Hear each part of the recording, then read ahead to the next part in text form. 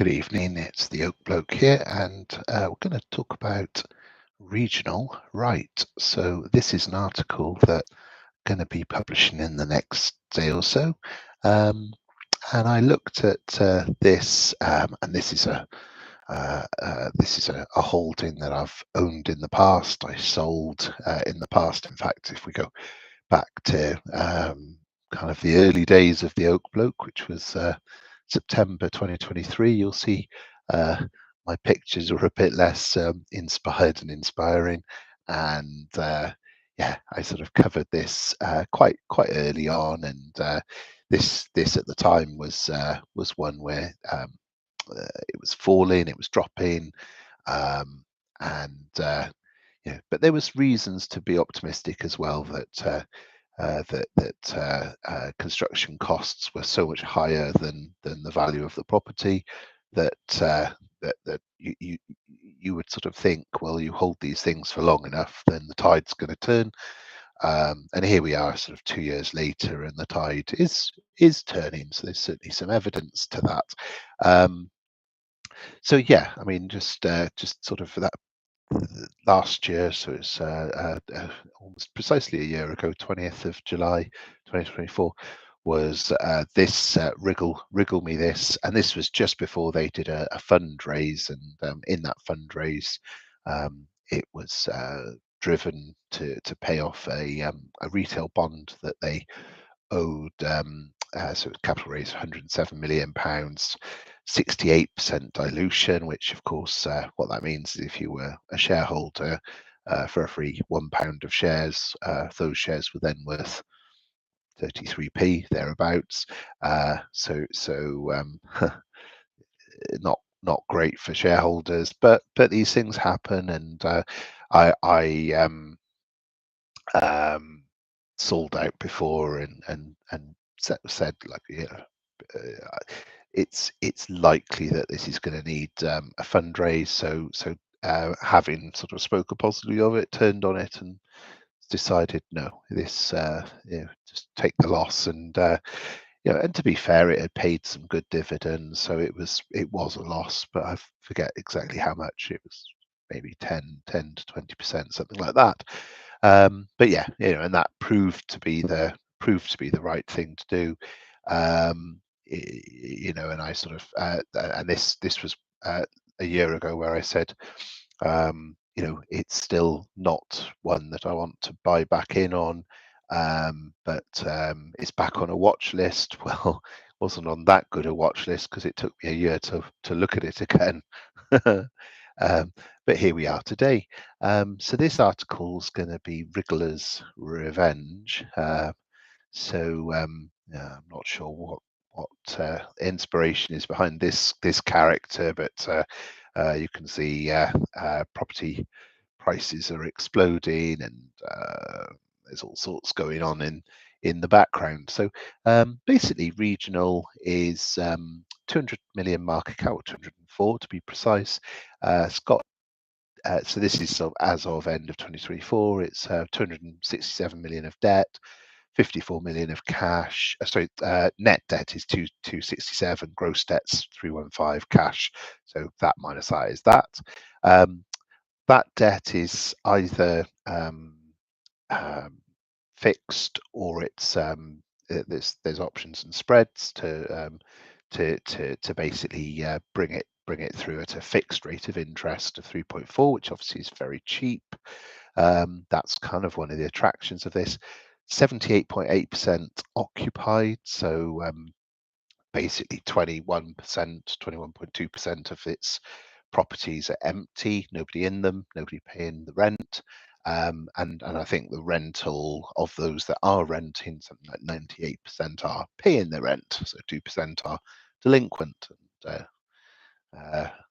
not paying the rent, should we say. Portfolios at the end of 2024 worth 622. As you can sort of see all this here. Rent roll was 57.3 million, and the ERV is 83 million. So 83 being the sort of, if everybody was paying the market price of the rent and were paying it and were occupying it, the property, this 622 million of property would be rented out at 83 million. So it's sort of see there's quite a nice return if you can get the bums on the seat, so to speak.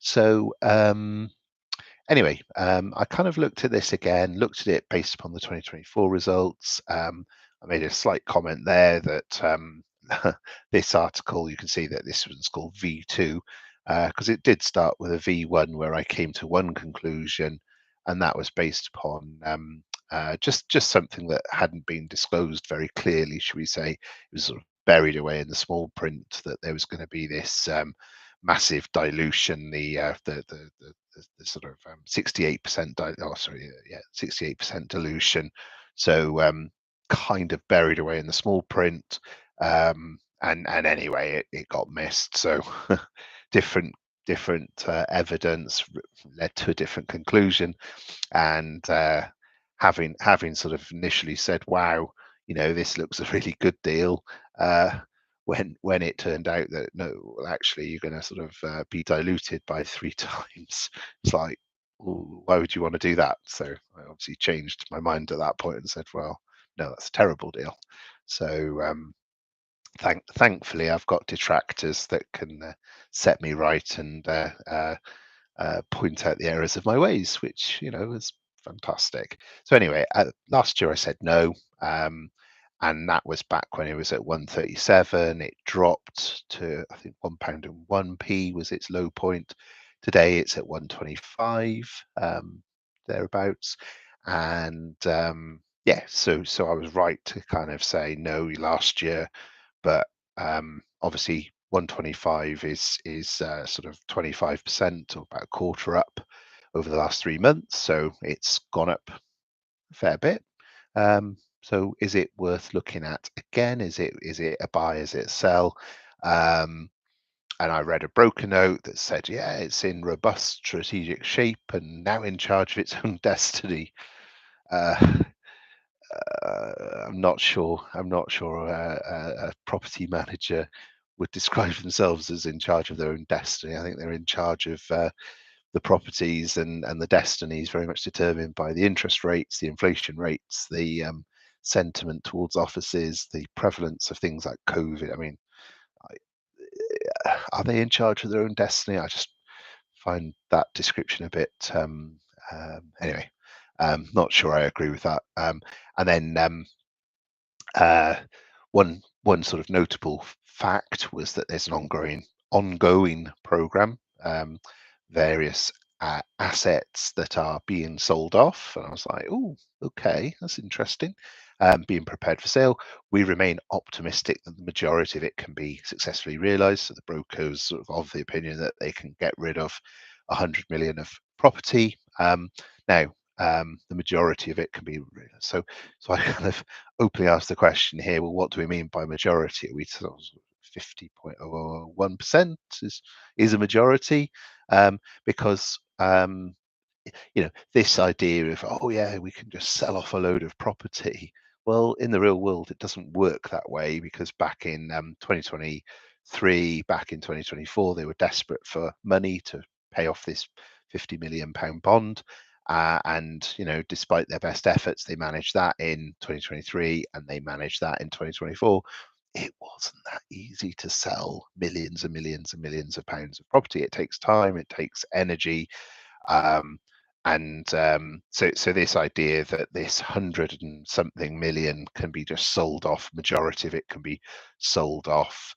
I kind of think that could take 3 or 4, well, up to 4 years.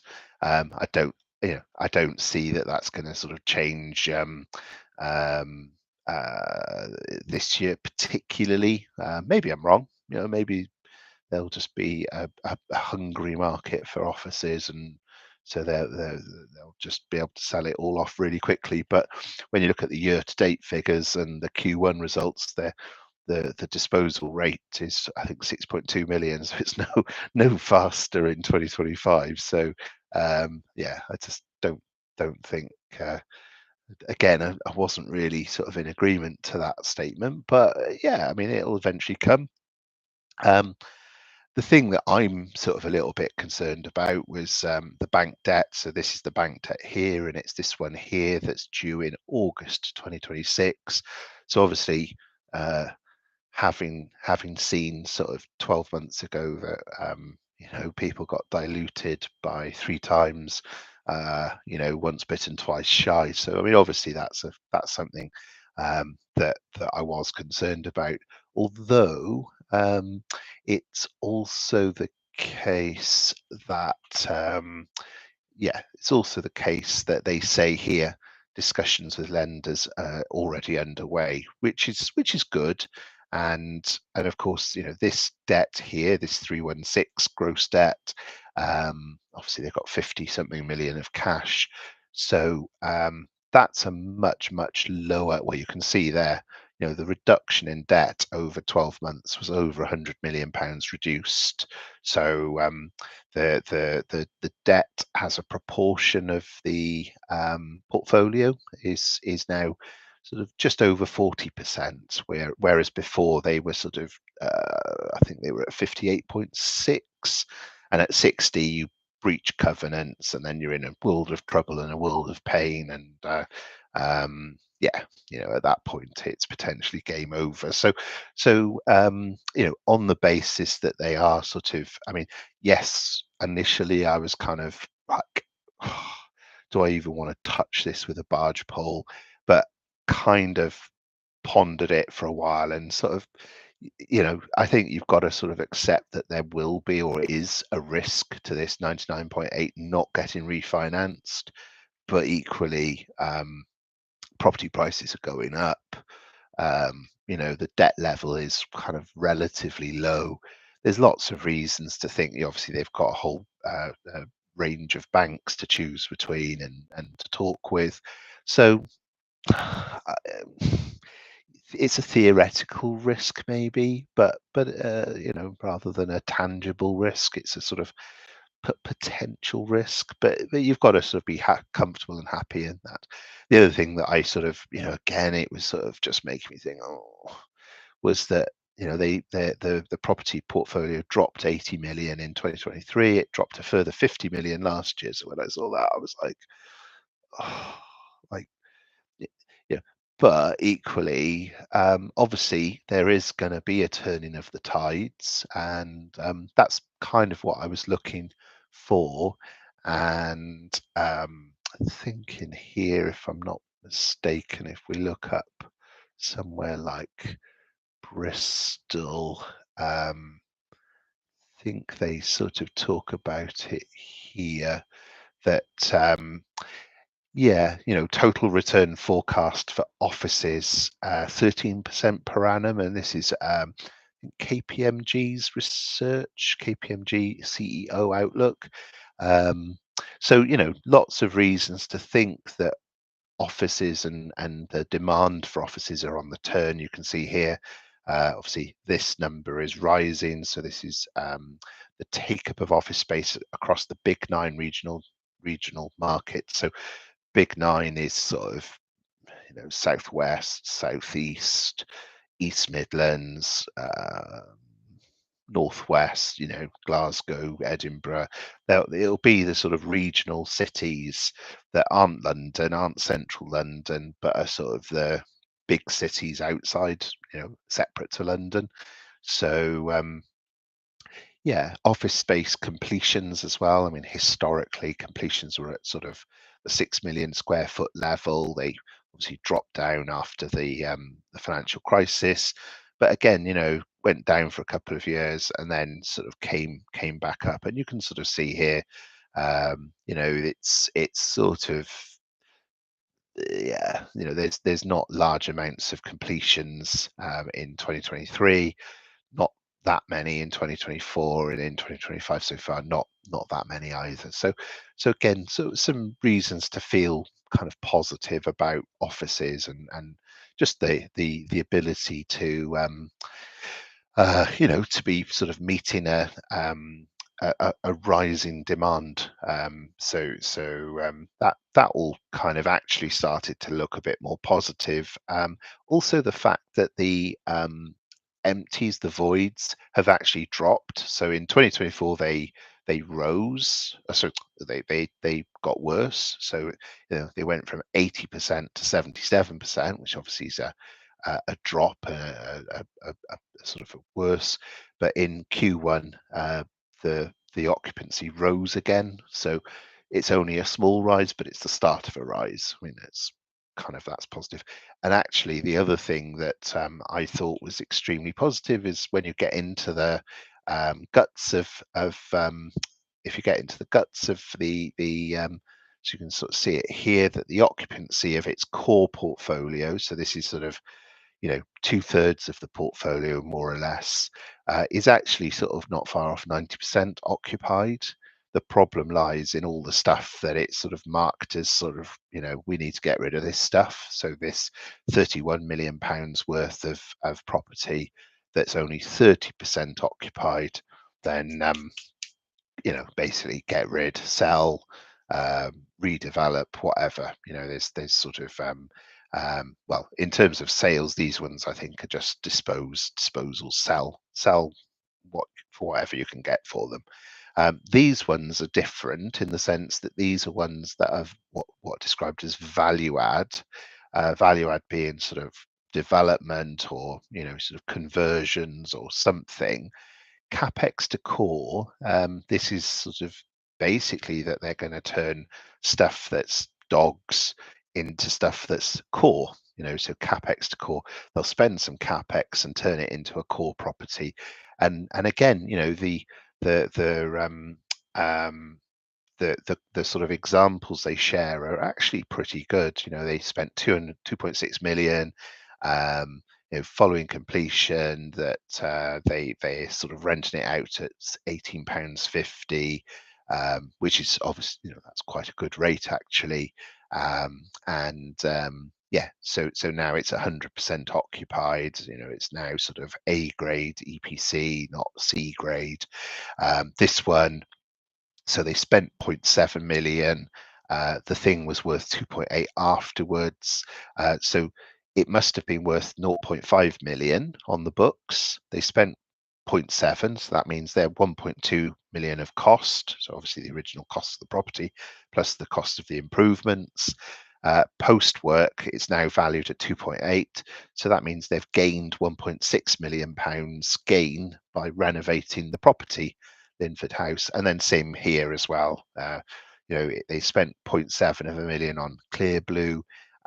It's worth 9.8 afterwards. They've added 2.3 million of value by doing this improvement stuff. So that all looks pretty positive, to be fair. I mean, obviously 1.4 million generates a return of 4.3 million. Well, that's sort of triple, it's tripling your money essentially. This one as well, current value 10.9. So basically uplift of 1.8 to 1.9 million. So again, some nice numbers there. Now there is also others where it's not just doing tinkering, it's sort of knock it down and start again, or sort of add different buildings. So here, for example, I think they're retaining this shell here, which becomes this grey blob here, but you can sort of see like the buildings that are to the sort of back of it, they're going to become these new so there's a new 15-story building with undercroft car parking, whatever that means, 205 units added.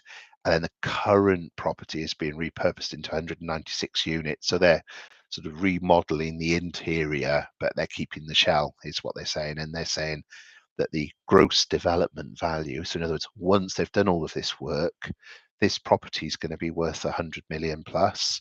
Now, currently, it's on the books at 12.9.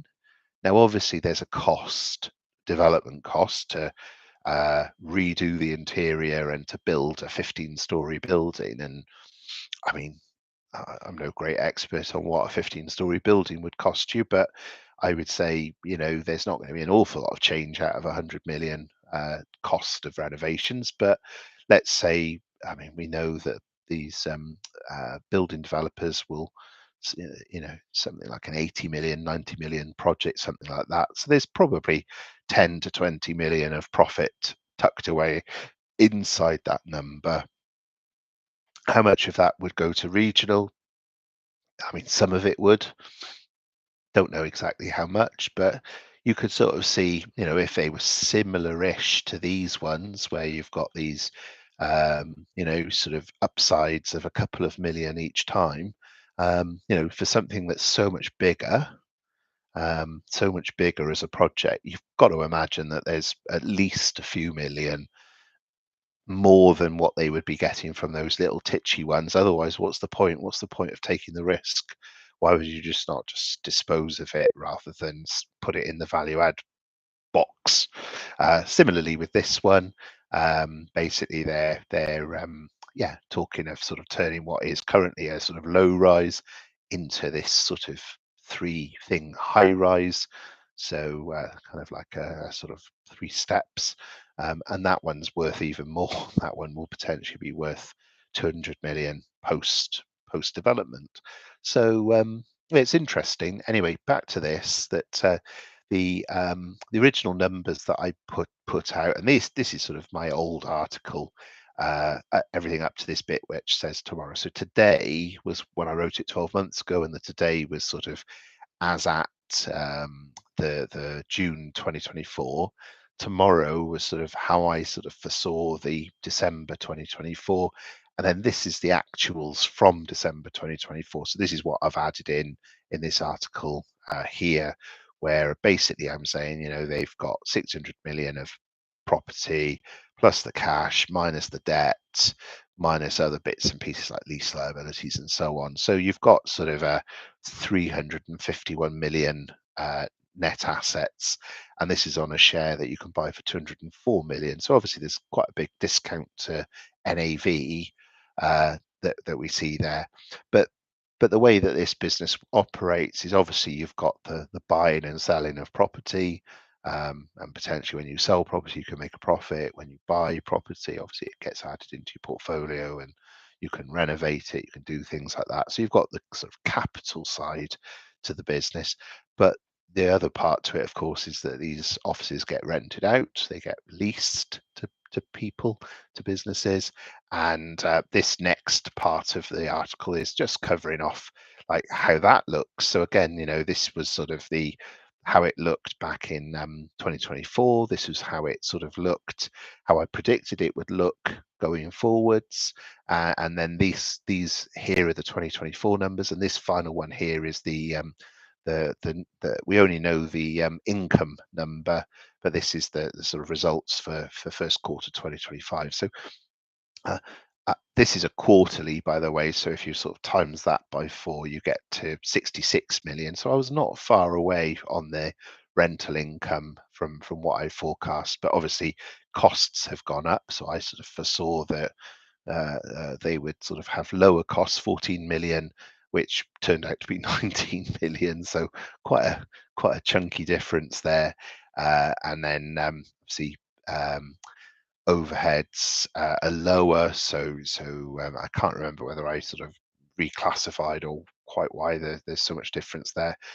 The operating profit was obviously 10 times that by 40 million versus 36, so sort of 10% out there. And finance was a much larger expense. Now obviously that one was quite hard to forecast, because this was on the basis of doing a large disposal and kind of paying down debt through disposals.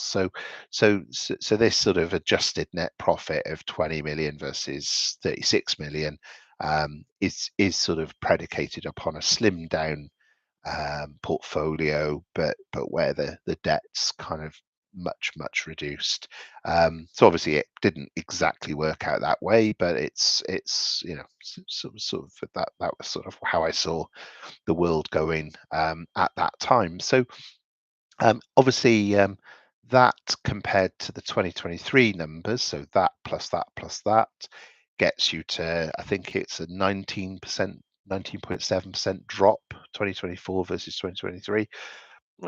So again, you could sort of look at this and go, It's not looking good. But in 2025, what we get told is that in the Q1 results is that they did all these lettings that add up to 1.6 million, that was 6.32% above the estimated rental value. Estimated rental value therefore would have been 1.5, so they got 1.6. So they got like an extra zero point 0.1 million. Now, zero point 0.1 on its own is not something to write home about particularly. Big deal, question mark.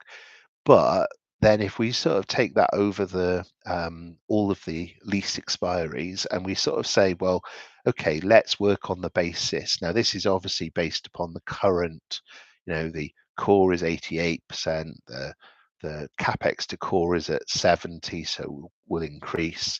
The value add is obviously going to be turned into something else. So would probably be disposed, value added and then disposed, and then the sale is disposed, and that was at 30%. So obviously, what we don't get here is like how much of this is the core, and can we just look at the core renewals? But we've got to work with what we've got. So looking at all of these numbers anyway, even if I just add some very, very small increases, this 6% that we've seen already, if we apply that to the current year, so this is sort of this 8 million here is this 8 million here, and apply a 6% uplift, and you get to 8.5 million. So obviously it's not 0.1 of a million, it's 0.5. Next year, all I've done here is I've added like 1.7, added 2, and then I've sort of said, oh, in 5 years' time, there's going to be another recession, and we'll have 3 years of no increases of rent, and then we have 2%, 2%, 2%. Now, I've got no way of knowing what the rent increases are going to be for the next 10 years, no clue whatsoever. But I do know that they generally go up, and that these percentages are not particularly aggressive. But even with those quite sort of conservative numbers, I mean, what you see is you get to sort of an increased rental of about 64 million from what it is today, is 57. And that 57, of course, because the ERV is 83, so you've like it's 64 plus whatever else you can get in terms of occupancy and so on. Anyway, the disposals, as I said, the disposals are not going particularly fast. 1.6 million in the first quarter, 6.2 in the more or less the second quarter. So there's no sort of acceleration of disposals. But this bit here I really did like. So this piece about how this one's 88, this one's 77, this one's 65, and this one's 30% occupied. So get rid of these, develop these, turn these into high class, sort of improve these, capex these to get them into core. That should sort of get that percentage at least up to 88%. So this point here that what I'm sort of doing here is I'm saying, well, we've seen plenty of examples where they're sort of 2xing or getting really, really big returns on the value adds. Now, all I'm doing is I'm adding 30 million to 90 million, so I'm doing 30% rather than 2x, 200%. Again, you could sort of disagree with me on that and sort of say, oh no, it's only going to be whatever. But I think kind of thinking that there'll be some sort of uplift, and then on these, I'm sort of saying I'm assuming that they're actually going to go for below because they're the dross. So I'm just sort of taking that as like 25 million, so lower. And what you'll see here is that you've got the breakout of the different square footages, the valuation in millions, the occupancy percentage, which obviously is the same as these numbers here, and the average rents and so on. So there's a load of numbers that they gave us that we could sort of work with. So what I've done is I've constructed this that basically tells me that current portfolio is worth 622, and that's made up of these 4 different types of property that are occupied at these levels. So therefore, if 371 million of property is 88% occupied, then what I mean by this is that 327 million of that value of property is actually occupied and paying rent. So basically 496 million pounds worth of properties are actually, sort of generating rent is where that weighted value comes from. So this is the current rentals. So again, based on the 2024 numbers. What I've done is I've sort of taken basically these are all going to be gone. These are gone. So these are zero, future portfolio value zero because they're gone. Okay. You'll notice over here, this is kind of where they go. So as I say, the 31 million turns that into that. Okay. That turns into that. So that's a loss of 6 million. So what I'm saying is I reckon that plus that is going to turn itself into 150 million pounds. Okay. So and that 150 million pounds, I'm basically just taking off the debt. Okay. So the debt's going to be much lower. But what's interesting is that if we say that and I've not used the 6.3%, I've just used 5% here, but I've basically said, well, if the future core rentals are plus 5%, then that gets us to 41. If these are, I've used let me just double check. So I've used so basically, I've taken the 1.6 that we already know has been added in the RNS, and then I'm taking 5% on top of that. Okay, that gets me to basically a rent roll of 57 million, which is pretty much what they're on today. But what I'm then doing is I'm saying, well, okay, that's based upon the 88%. So essentially, that one there is where what I'm doing is I'm sort of taking that to be so I'm taking that to be that 88%. You can sort of see it there. And again, I'm also sort of saying I reckon that there's a 25% uplift to the value of once they've been turned from capex to core, that there's an uplift value there. So what you end up with is that value of property becomes that value of property. So there's like a 13 million uplift to the value of the property. So basically, they're left with a 510 million pound portfolio that generates that much rent. But if they can get that into the 90s, like this is essentially kind of like this is what the rent would be if they were getting 100% of the occupancy. Basically that number would then become that number. So again, what I've done here is just take the existing ERV. But I mean, if you obviously took that and applied that same 5% logic, you get to 65.6 million ERV, and that's based upon this slimmed down portfolio. Okay, where and this is sort of this final column here, where that 510 million of property, and I'm just assuming that the working capital and other stuff is just the same. But what they've done is they've paid down the debt. So that's kind of taken the 150 plus just cash that they've generated in 12 months to kind of get to an NAV that's about 427 million. So that's sort of over 2 times the current market cap of 204 million. And in terms of sort of that new future of rental income, that 62 million is kind of coming from, well, it was that figure before I added 5% to it. So you can sort of see, even just not doing that, taking that number there, 62.5, that sort of then becomes that number there. Okay, that property costs, and I'm assuming that that just sort of more or less stays the same. So overheads more or less stays the same. Finance expense, now that has dropped relative to the finance expenses, but obviously the debt has reduced in this model, so that's why the finance expense is only 10 million. But you kind of arrive at a sort of net profit, and this is sort of ignoring all of the rechargeable costs essentially. So I'm just ignoring those because all that is like, I don't know, say the electricity bill's £1,000. Well, Regional pay Swalec or whoever it, sort of Northern Electricity, £1,000, and then they get they charge on £1,000. So there's no profit centre to any of that. It's just the pass through of costs. So I've just left it out of the balance sheet because it just creates noise. It's not adding anything. But again, when you sort of say, well, this could could generate 23 million. And that's just on the rentals on a market cap of 204 million.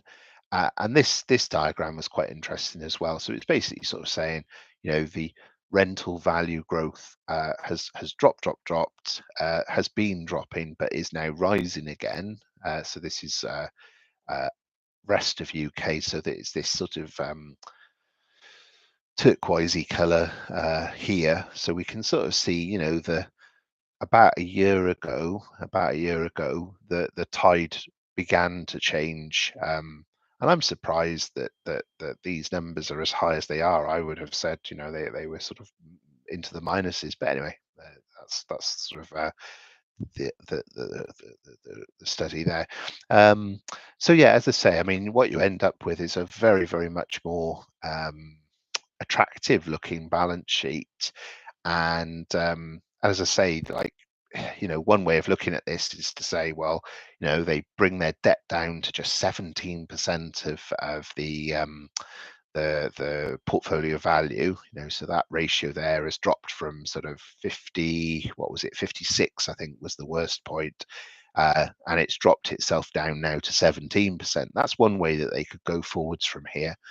But I mean, another thought that I had was, I mean, especially if they've got the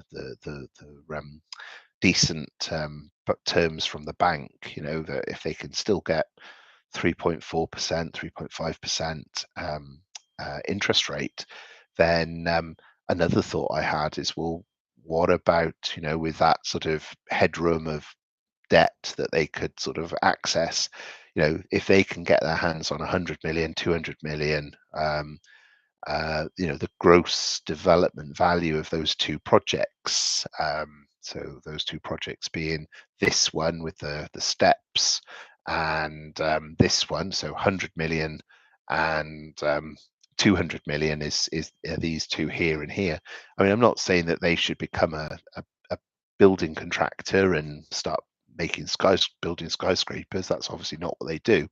But to kind of front the money and to provide the property where and then to appoint a building contractor a prime contractor that will basically do the development work for Regional, but Regional are the sort of sponsor, the backer of the project, and also the owner of the asset. Again, what sort of profit would that give them? I mean, there's got to be something there's got to be some skin in the game for Regional, and I just wonder whether that might actually be how this pans out. So there's sort of a potential upside to that as well. So as I say, I mean, 23 million, if they can get there on 200 million, is an 11.5% return. Now, obviously, that affords a dividend of 8% as it is today, potentially a bit more. Obviously, that's sort of an adjusted net profit. That is a profit before tax, having said that. So obviously that drops down to about 19 million post tax. But then I suppose the thing is, this isn't the only income. That you've then got the whole idea of the property portfolio. And I mean, even if that just increases by 5% a year, 5% would be 25 million on that value of property. So essentially, profits then 23 plus 25. I mean, you're then talking something like a 24% return on equity. So that starts to become very interesting. And then finally, in this article, when how are they going to wriggle out of this one? It was this that I sort of went, oh yeah, gosh, I'd forgotten about that. But this was a statistic that I quoted back then, which was to say that this 500 million, I mean 510 million, but this sort of roughly 500 million worth of property. that's on the balance sheet at £100 or £106 per square foot, which is 1100 per square metre. And 1100 a square metre, well, you can sort of see it here, even in Glasgow as the most inexpensive place to build. And let's say it was sort of an A grade property rather than a prestige property. 1100 is what, 60% less than what it would cost to actually build.